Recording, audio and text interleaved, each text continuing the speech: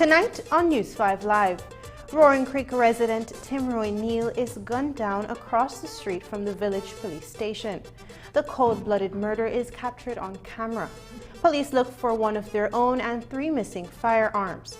A traffic fatality on the Hummingbird Highway claims 1 life and leaves several persons injured. A Belize City mother says a police officer physically assaulted her teenage son. Allison Brosser says that the officer punched her son in the face 4 times and now he needs surgery. Police Commissioner Chester Williams says it's perfectly legal for Guatemalans to use their Belizean and Guatemalan license plates interchangeably when crossing the border. And Leonora Patnett celebrates 106 years of life. Details of these stories and more coming up in tonight's newscast. Smart customers, this is your chance to win big with Smart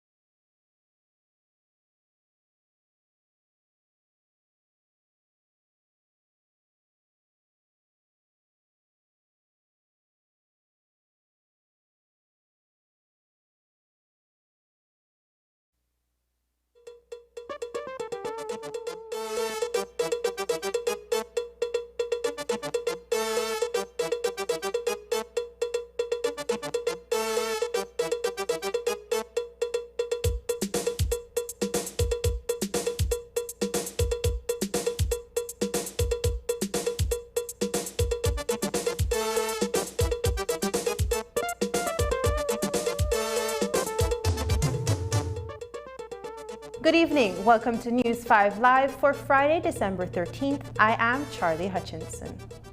A Roaring Creek resident was executed on Thursday night under the nose of the Roaring Creek police. At about 10:30 on Thursday night, 28-year-old Tim Roy Neal was pursued by a gunman who pulled the trigger multiple times, killing Neal as he fell to the ground in front of Lucky Entertainment. The execution of Neal was caught on surveillance camera, but the images are too sensitive to share. Neal is well known to the law, having been named in at least 3 of the murders in the area, but was never convicted. Here's News 5's Isani Caetano.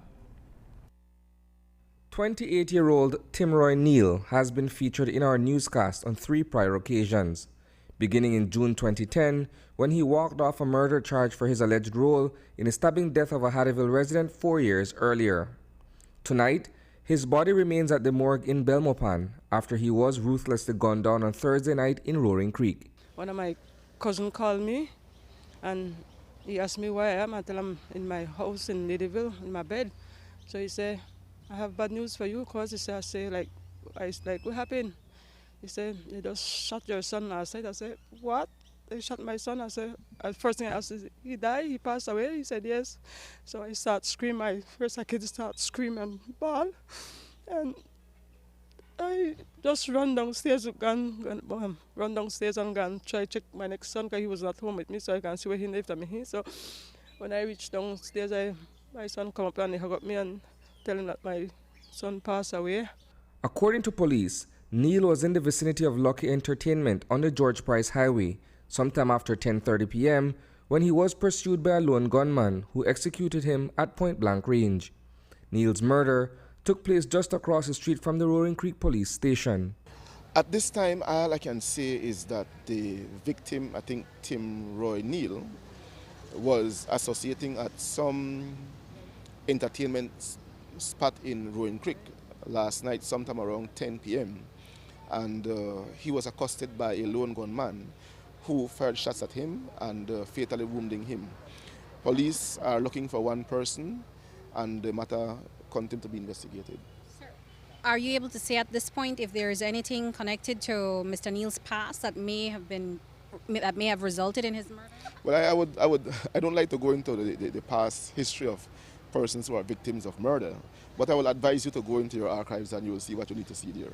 Indeed, back in 2015, Tim Roy Neal was a person of interest in the murder of Rosalia Galvez and subsequently the double murders of Russell Hyde and Marcy Humes in Roaring Creek Village. The deadly attack on Neal, captured on surveillance cameras mounted on the building, is particularly violent, as the gunman stood over his target and fired multiple times before fleeing the scene. It is the second of Avril Neal's sons to be dispatched in gangland fashion. As a mother, what are the thoughts going through your mind, seeing as though this is the second son you've lost to gun violence? Well, man, to tell you the honest truth, it really hurts and it brings back flash memories to my next son. Because what I heard in Ladyville, since my son died, you can't catch Harry or catch a shirt. That's what catch my son, because he was not a bad person. Everybody know Markel, he was not a bad person. And this one now, people say he's not a bad man at Rolling Creek. But my son was a bad man. You fasted him, or you do him something, he will come after you. It isn't clear what precipitated the incident. However, there are fears of a reprisal. News 5's Andrea Polanco sought answers as to what the department is doing to prevent a retaliation. Is the police department closely monitoring that particular murder in terms of possible retaliation? Of course we have to. Like you rightly said, you know if the person passed. And more than likely there may be some who may want to retaliate on his behalf. And so yes, we're monitoring the situation in Roaring Creek very closely to be able to see what we can do to avert any retaliation. Sir, are people out there cooperating with the police when it comes to these kinds of crimes committed? Well, you know, that's one of the difficult things, Andrea. People for good reasons are afraid at times to give statements to the police. And we understand that, and so we try to see how we can work around the human element of investigation. And that's one of the reasons why I have been embarking so heavily on the issue of putting in place surveillance cameras in different parts of the city, and we want to expand to the districts thereafter. Avril Neal confessed that her son's murder came to her as a portent earlier in the day. Yesterday I have a pain in my belly, and like, you know, when you're having a child, that like you're having a baby all over, like something wrong. So, like I get the vibes, I feel it. I feel something wrong, but I don't know my son dead. My son would pass like that. Reporting for News 5, I am Isana Cayetano. Police Constable Nadir Mendoza is on the run and his fellow officers are now looking for him. On Thursday, police issued a wanted poster for Mendoza. The Santa Elena constable is being sought for 3 guns that have gone missing at the Queen Street Police Station. According to Commissioner Chester Williams, Mendoza was detained and later released, and since then, they've been unable to track him down. The police department has since launched a criminal and internal investigation. Here's what Compol Williams told the media about the matter. 3 firearms were signed out by a police officer, Nadir Mendoza, over a period of time, and upon inspection of the firearm register, it shows that the officer did not sign the firearms back in. And so I have since directed that a criminal investigation be conducted, as well as an internal investigation. Since the discovery of this incident, the officer have ceased coming to work. And so I also directed that they put out a wanted poster for him. And we have notified the borders, and we are looking for him within the country. And as soon as he is found, then he'll need to give account of those firearms. And if he fails to do so, then he'll be charged criminally for theft where those firearms are concerned. Was he detained at any point and got away from police? I was told that yes, he may have been detained about a week or so ago, but he did not get away. He was subsequently released by the investigators. Was there a failure in terms of the protocols and the handling of firearms here at the police station? Well, most naturally we have to look at that, because then the executive duty officers who runs the reliefs at Precinct 3 have a responsibility to ensure that whenever they hand over or take over, that they hand over what they have taken over and ensure what they take over is exactly what is being handed over to them. And so there is some breakdown in terms of the protocol where the handing over and taking over process is concerned, and that is being looked at internally by Professional Standard Branch. Was there ever any disciplinary issues with that officer before? Yes, he was involved in a situation in Standing Nassau area, and he was charged, I think, criminally, and I believe, if I can recall correctly, the virtual complainant might have withdrew the matter, and with that he was allowed to come back. He was also tried internally and was convicted, I believe, and the adjudicator did not recommend his dismissal, and that was an unfortunate situation, and because of that he was allowed back to actual active police duties. 6 firearms were taken off the streets of San Pedro over the course of a few days, making the island a little safer. Today, Commissioner Chester Williams praised Officer in Charge Superintendent Christopher Noble for his efforts to tackle crime on the island. Here's what the Commissioner shared about the Coastal Executive Officer's latest efforts that led to the seizure of the weapons. First and foremost, commend the good work of the officer commanding San Pedro, Superintendent Noble. Since he went out to San Pedro, we have seen a significant change in terms of the crime situation. Every week they are on it, doing operations, going after the criminals, and I'm pleased to say that this week alone they have removed 6 firearms off the streets. That is 2 9mm, 2 380, 1 38, and 1 45 pistol.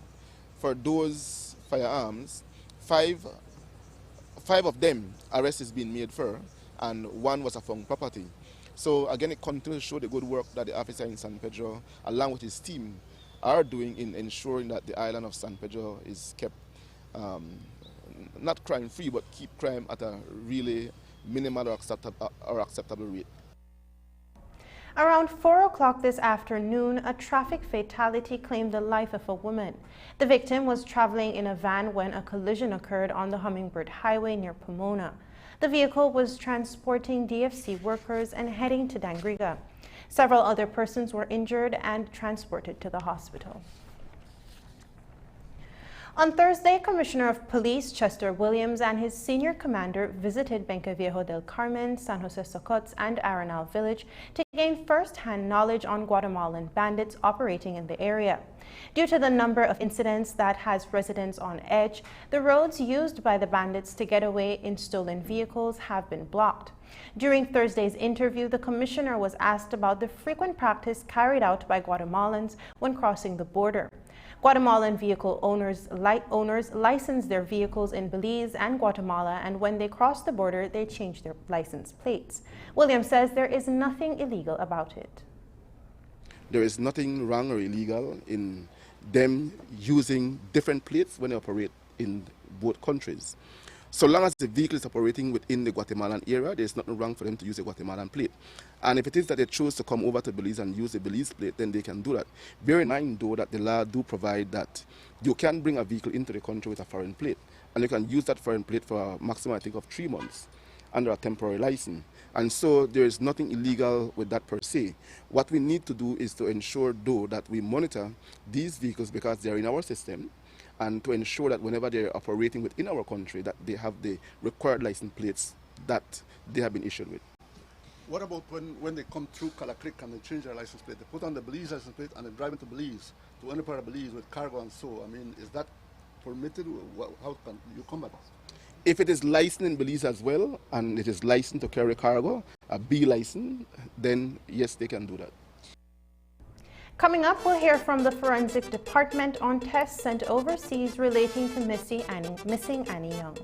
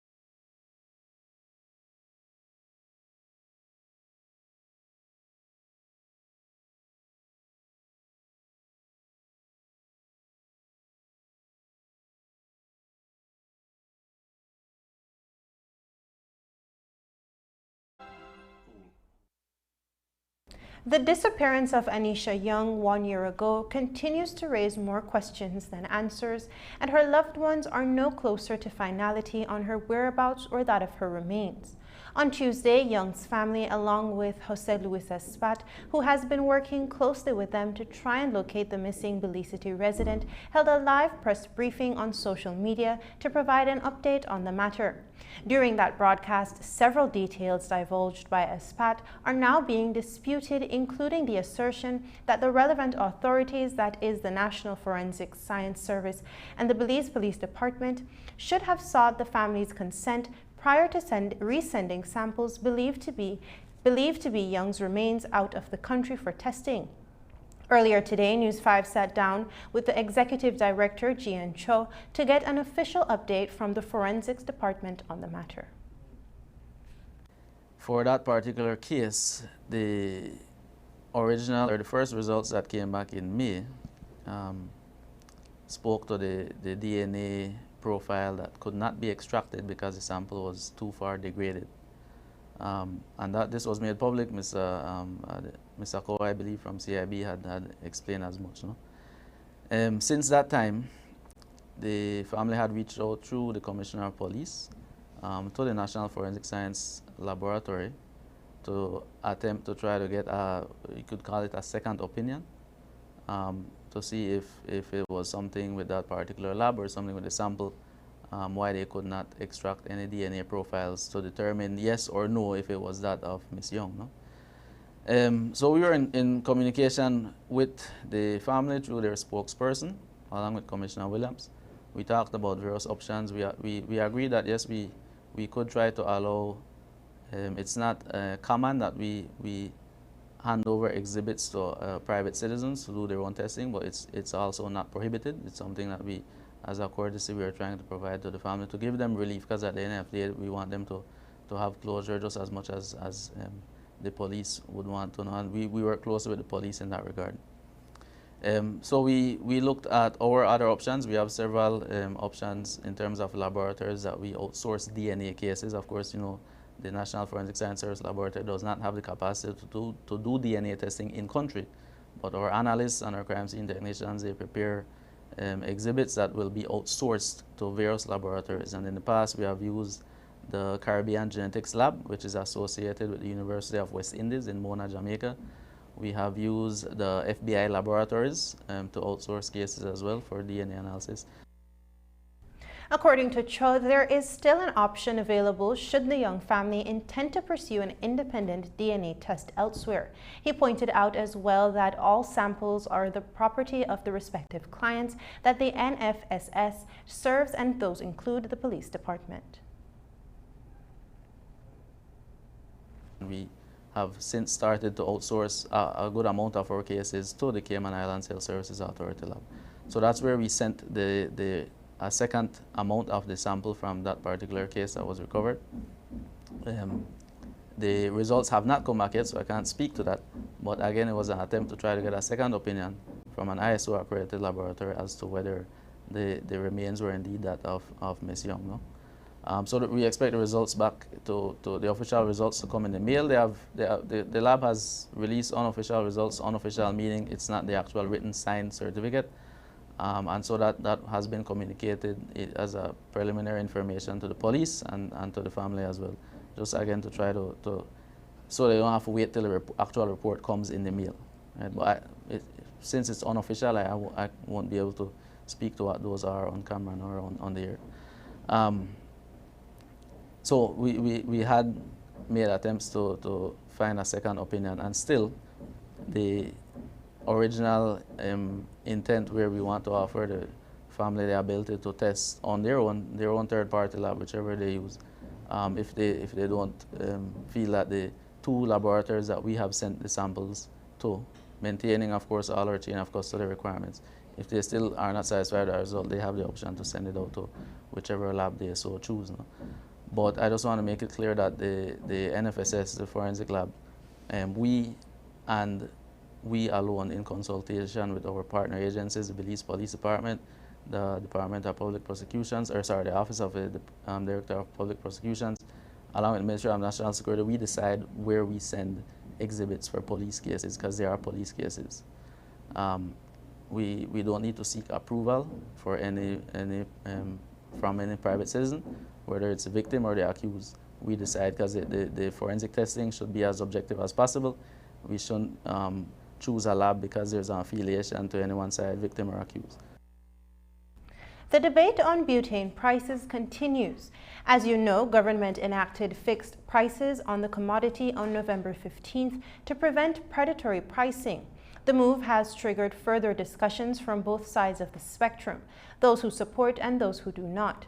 Today, a lengthy release was issued by International Energy Resources Limited and Queelan's Gas Service of the gas suppliers and distributors. It is in a response to a statement issued by the importers early this week, which are identified as companies owned by three brothers.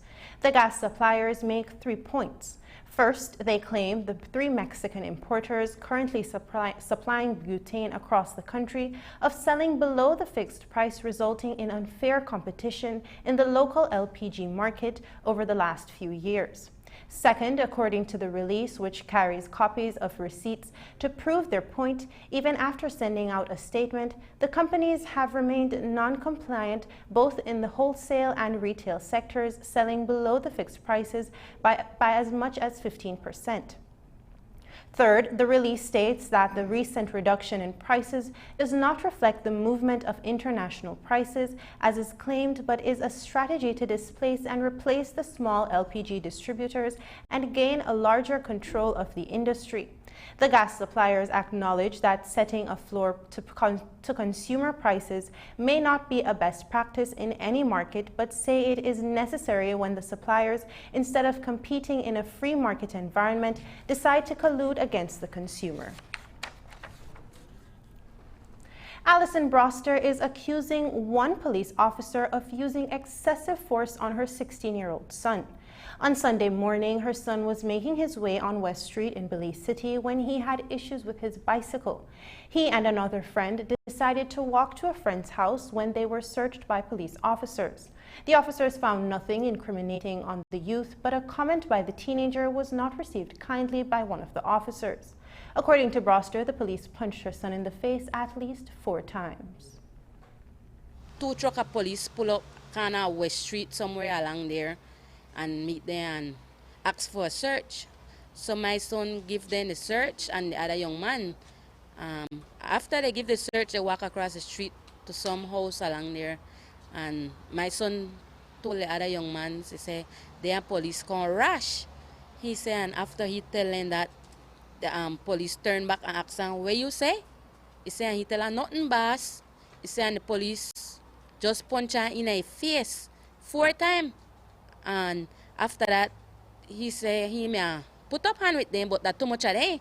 So he said after that, the police punch her again in the face, and then he feel his face just like get dislocated. I want to know why he do my son that, because my son do nothing wrong out of the way. So I just ask Mr. Chester, please check in at this, because this not right. My son only 16. He a student, the IT vet. And this police look like he just made it go wrong and just beat up everybody.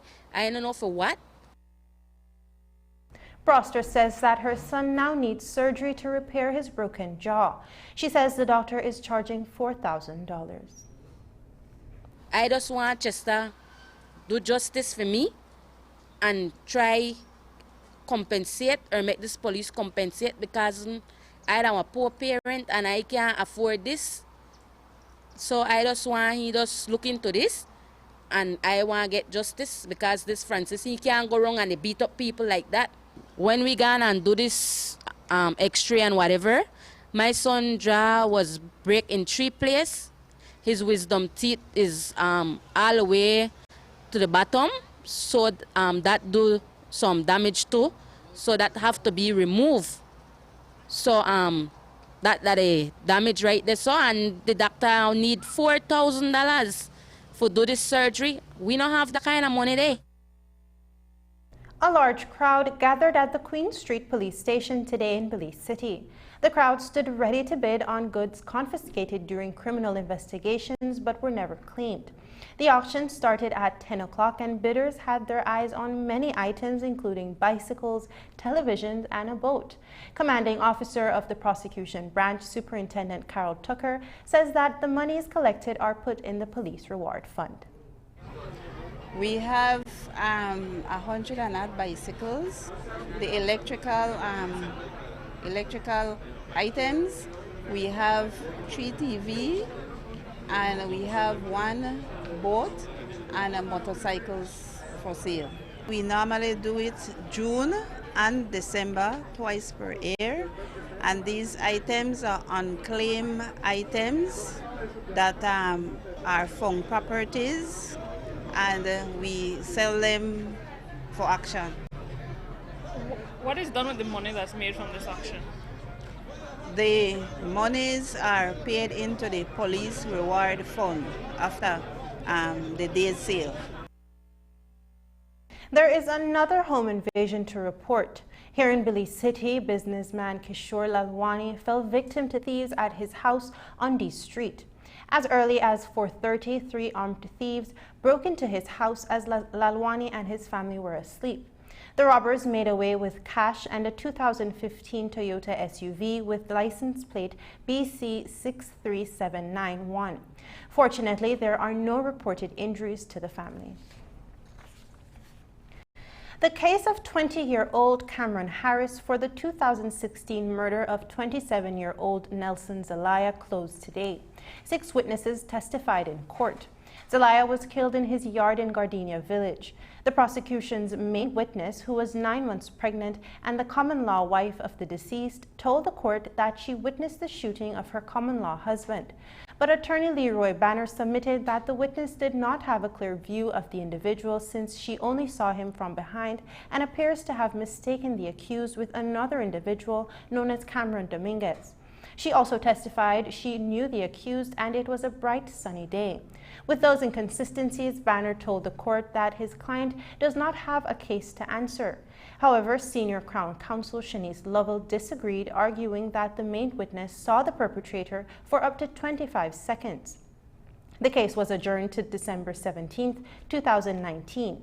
22-year-old Lenford Harris Jr., who is the brother of the accused man, saw murder charges withdrawn against him on December 10, 2019. After the break, the generous side of the police department. Bicycles are donated to ease the commute by young students.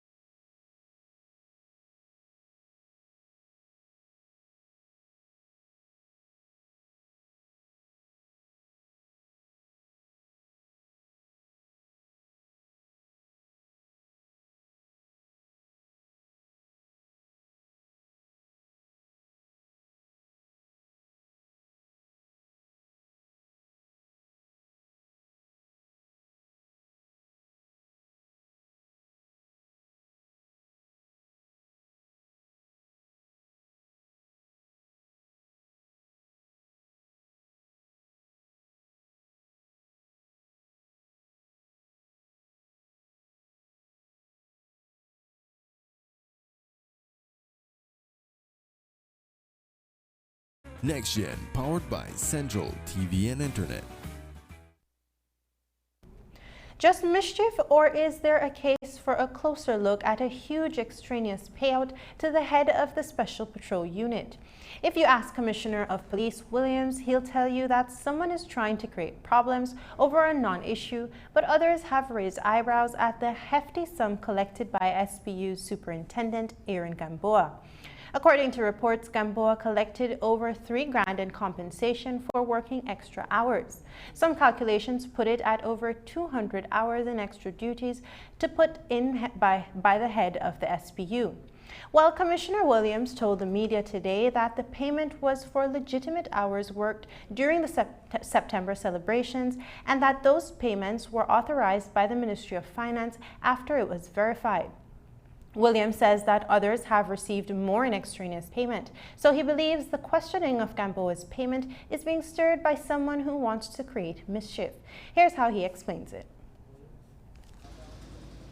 Mr. Gamboa, I demand my commanders to be on the ground, especially one like Gamboa who is in charge of a very sensitive area, the St. Martin's area. I require him to be on the ground almost every day, because he have a responsibility to ensure that the Martins area remains peaceful. So during the time of extraneous, if it is that the officers perform the extraneous duties, then they're entitled to be paid for it. That is what it is made for.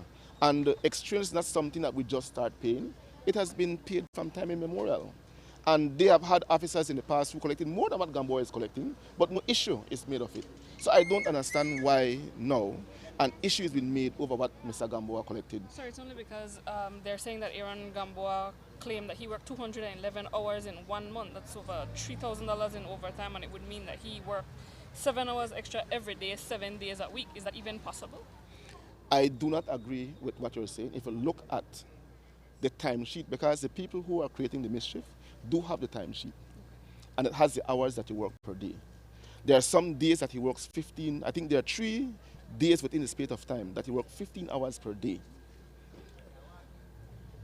There is nothing wrong with a person working 15 hours per day. I myself, I work sometimes over 20 hours per day, but I don't claim. I'm the Commissioner of Police.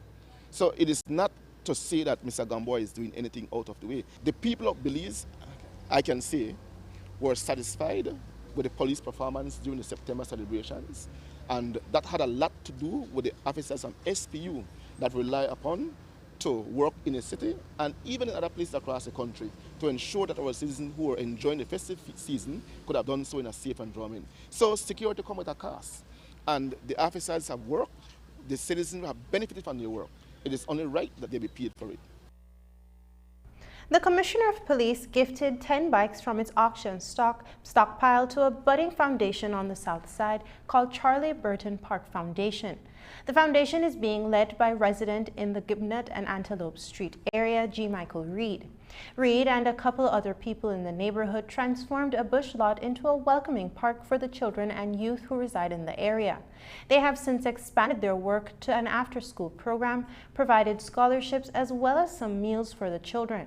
Reed says that some of the students would walk to school, some at great distance, and so he reached out to the commissioner to try to buy some of the bikes. Well, the compol responded not with a price, but a free price tag for 10 bikes.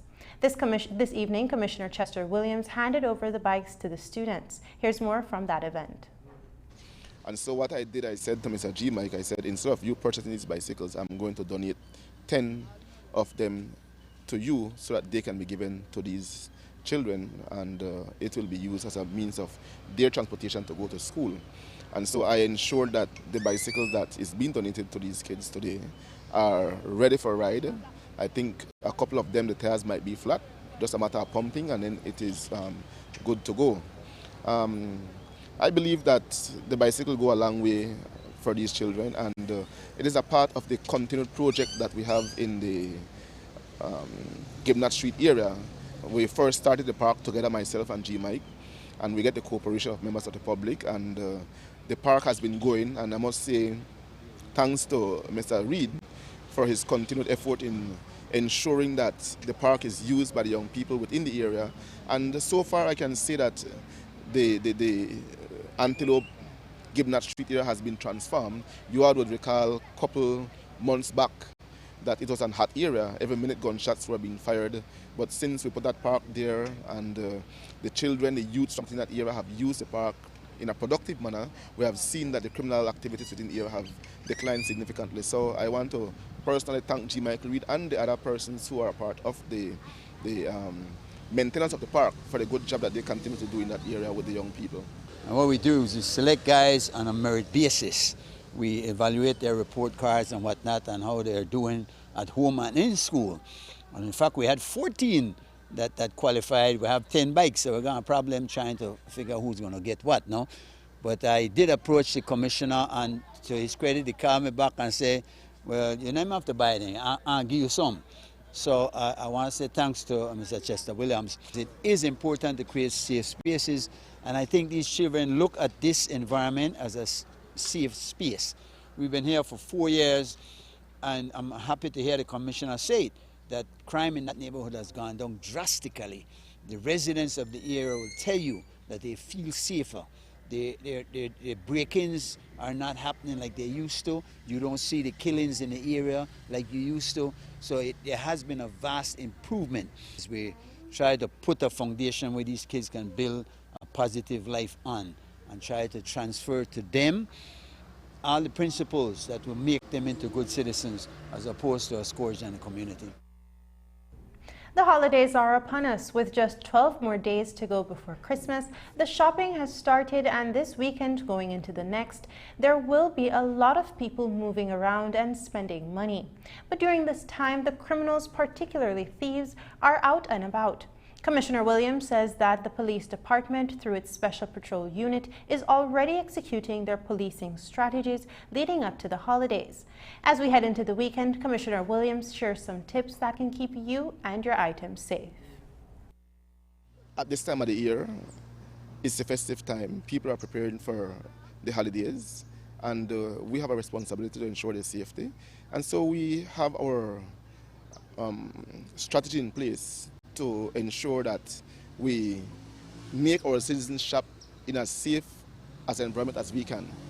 And so we try to advise people, though, that not just because the police are out there means that you must not take your own security measures to avoid becoming the victim of crime.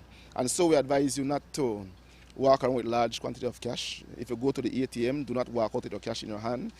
Try to take someone with you. Do not park your vehicle in a dark area that you have to walk to the vehicle after having done your shopping. Do not walk around with jewelries displayed. That are going to attract persons to you. Do not park your vehicle with expensive items on the seat or visible. Again, that will attract people to break into your vehicle. And these are things that if you do, will help to prevent you from becoming the victim of a crime. When we come back, Leonora Patnett has reached the ripe age of 106 years old. She reveals the secret to her longevity.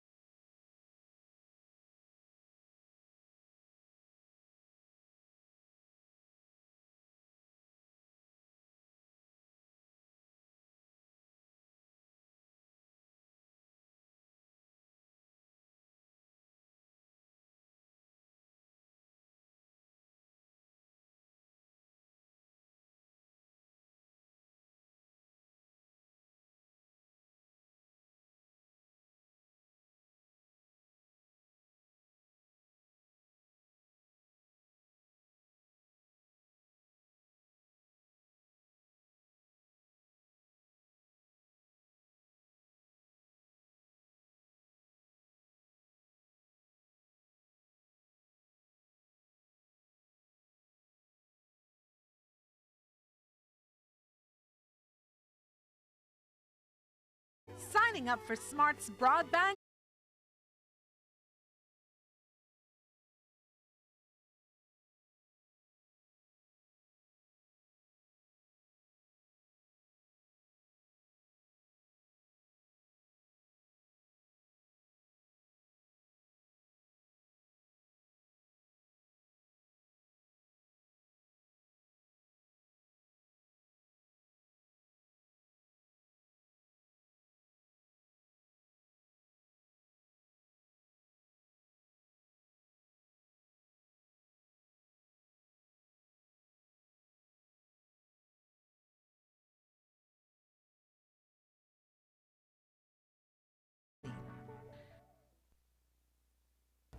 Tonight we take you to a home on Wagner's Lane, Belize City, where a special lady is celebrating a big milestone.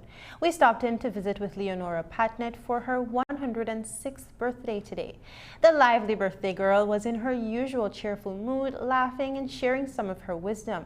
She says she didn't expect to live to see 106, and so she can only credit God for this extension on her life. Reporter Andrea Polanco reports. Today, to Friday. Friday the 13th is my birthday.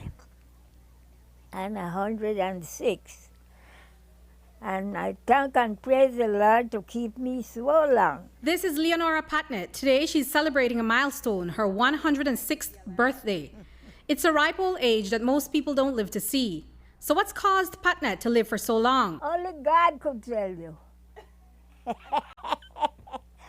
God could tell you that is He keeping me up.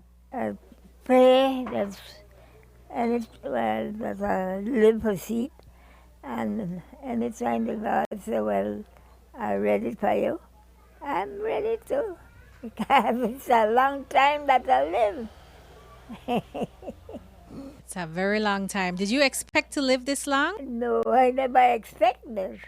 So what does a 106-year-old woman do to pass the time? For Patnett, it's about relaxing, her Bible, spending time with loved ones, and even watching TV. Every morning I would get up. When I get up, I sit down and I send praise, and I would look over the Bible and so on. I not do nothing much to say. I mean, to say, well,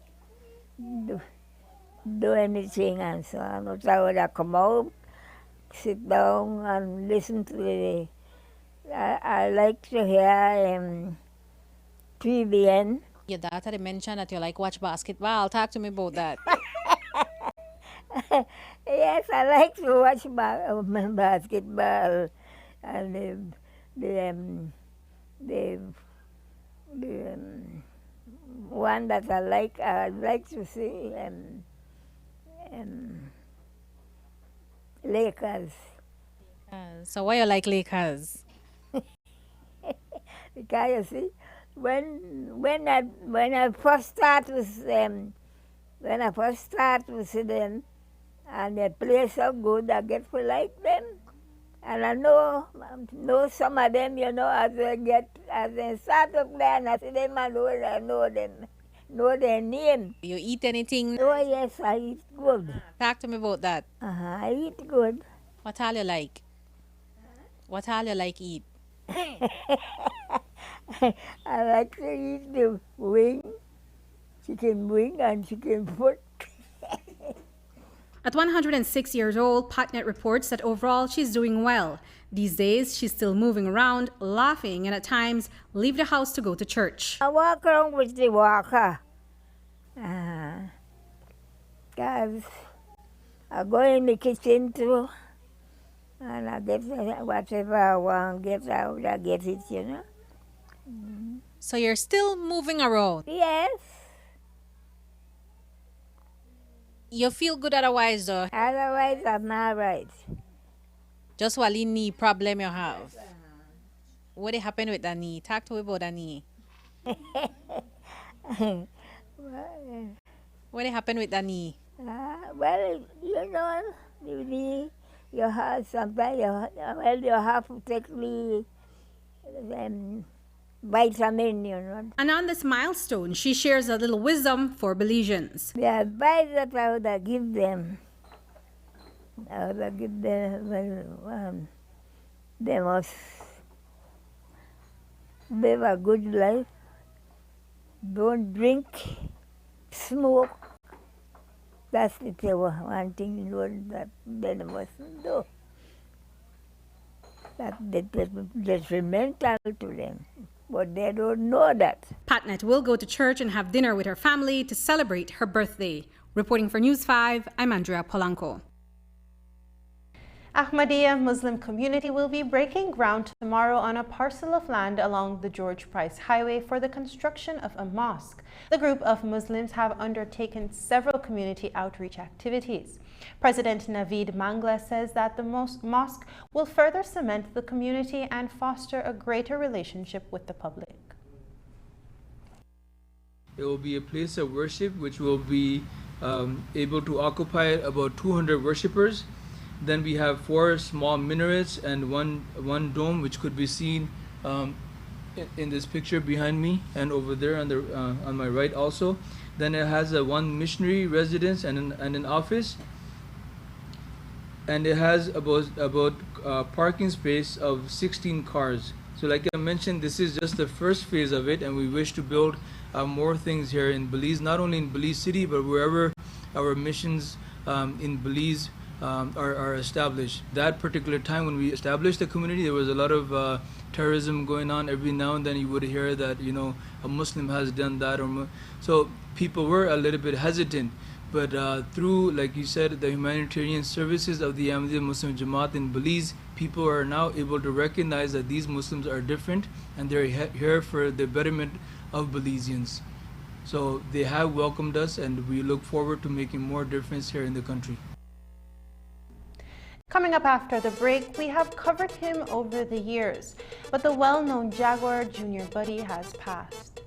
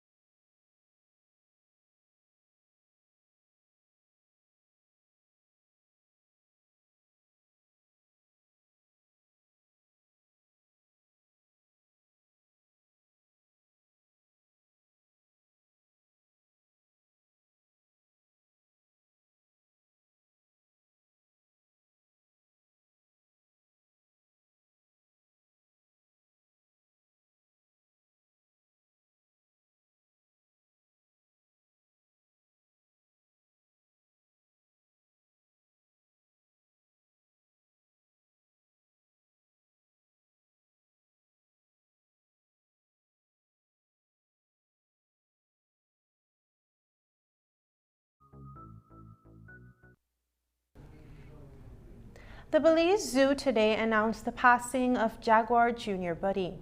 Over the years, we have followed the 12-year-old Jaguar who passed from heart failure on Thursday evening.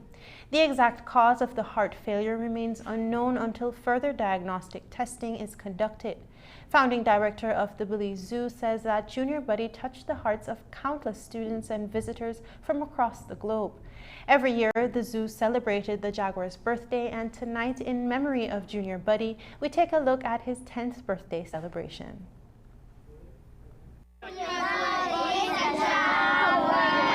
Junior Buddy, a captive jaguar at the Belize Zoo, celebrated his birthday in grand fashion today, with students from various primary schools making the journey to the animal park for the annual festivities.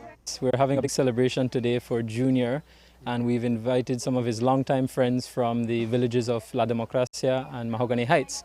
They share a joint school, St. Agnes Anglican School, that serves both communities. And so there are neighbors right on our doorstep, and we tend to involve them as much as possible in our public education or community education events. So we have the lower division, I believe, with us today, after receiving a week of visits from our environmental educator, Ms. Deidre Mahler, where they learn about the importance of jaguars that live in their neighborhoods. While the big cat did not indulge in cake and soft drinks like his human friends, a large hunk of cow bone was enough to get the party going. You think it's a good cake for Junior Buddy? No. No, why not? What do you think? He want cake with flour, you think, and chocolate? No. He wants this, right? Junior only eats meat. Miss Deidre taught you that, right? So what, we should give it to him now? Yes. Junior Buddy is 9 years old and, like most felines of his taxonomic group, his conservation status remains near threatened. We have these cats, other countries don't. They are extinct in parts of their range, but we still have them in Belize, and I think the kids leave with a sense of pride, and that's very important. As a keystone species, jaguars play an important role in stabilizing the ecosystem and regulating the populations of the animals they hunt. He was born here 9 years ago. His mom was a sheep killer, and she came here as part of our problem jaguar rehab program. She was nearly dead, believe it or not, but we didn't know she was pregnant. So we worked really hard to save her life, and bammo, she had this baby, and she rejected Junior after 2 days. So when that happened, I raised him to be an ambassador for his species. In other words, to be a beautiful cat, but visible to people, people-friendly, so that everyone could understand the beauty and the importance of jaguars. The proximity of feral jaguars to the communities of La Democracia and Mahogany Heights makes this lesson in conservation all the more important for these kids. We're all in the central Belize corridor where jaguars roam wild still. And so a lot of these children, their parents, are used to seeing evidence of jaguars or maybe glimpsing them in the wild. And so they know the jaguars are there, and so it's just making sure they always understand the value of having these animals still free and wild in Belize, and the fact that they're not an immediate threat most of the time. They're just there, they're passing through like the rest of us. And so this is one of the ways we do it. We use a positive icon, which is Junior Buddy. He's very charismatic, he's been around people his entire life, and so he demonstrates their intelligence, their beauty, their charisma. And the reason for celebrating his annual milestone? As well known as Junior is, it's highly relevant to keep it, the power of education is keeping it constant. So, you have to keep it in people's mindsets, constantly remind them in positive ways why wildlife is an important part of Belize's identity, a part of our culture, our economy, everything. And so it's so people don't take for granted these things that we have that some other countries can't even boast to have. Some of our other Central American neighbors, they have no tapirs left. They barely have jaguars. They have other species that are dwindling, but Belize can still boast a healthy jaguar population, among other wildlife, and that's something we can be proud of and should be proud of as a Central American nation. Reporting for News 5, I am Isani Cayetano. Plans are being put in place for another Belize Zoo jaguar to take on the role of Jaguar Ambassador, once proudly held by Junior Buddy. Earlier today, ground was broken by the Ministry of Education to construct a new preschool building in Dangriga. On hand for the brief ceremony was Minister of Education, Deputy Prime Minister Patrick Faber, Area Representative Frank Papamena, and Dangriga Mayor Francis Humphreys. The building of the new facility is part of the government's initiative to erect 35 new schools across the country. The government of Belize, through this initiative, we're building 35 new schools 22 of them are preschools across the country. And when I tell you we're building a preschool, not only jokey preschool, it's going to be a good sized structure, comfortable for the children. It will even have the little miniature toilets and tables and everything in there is going to be child friendly. So it's going to be a wonderful environment. I know that our teachers will be happy with that new environment. And I can't wait just like you. I'm understanding that it will probably take about 6 months to construct. And so in a little while, a short while, we'll be back here to cut the ribbon for the building and to open it and to see what a wonderful reality has been realized. I really want to thank you, Honorable Deputy Prime Minister, for doing this for this community and continue to do for this community. And for us, I really want to say, let us cherish it. Let us take care of it, because it's not for the government, it's not for the minister, it's not for Mr. Humphreys, it's for us. See, we're serious about education. And even when the building was written off, the government took over the paying of the rental for the space. Now, how I know that? Because my ministry is responsible for paying rent. So I know who we pay rent to. I know every building where they pay rent. I know, because that's my ministry. And if you would ask for more, you would. That's just the government, and we have a minister we love doing for education. Thank you very much again, my brother, and thank you, the ministry, for doing this. Again, thank you, the neighborhood, for being out here. And that's the news. Don't forget that tonight's broadcast is available in both text and streaming video at channel5belize.com. You can also connect with us on our Facebook page at facebook.com/News5Live. I'm Charlie Hutchinson. Thanks for joining us. And from all of us here at News 5, have a happy and safe weekend. Good night.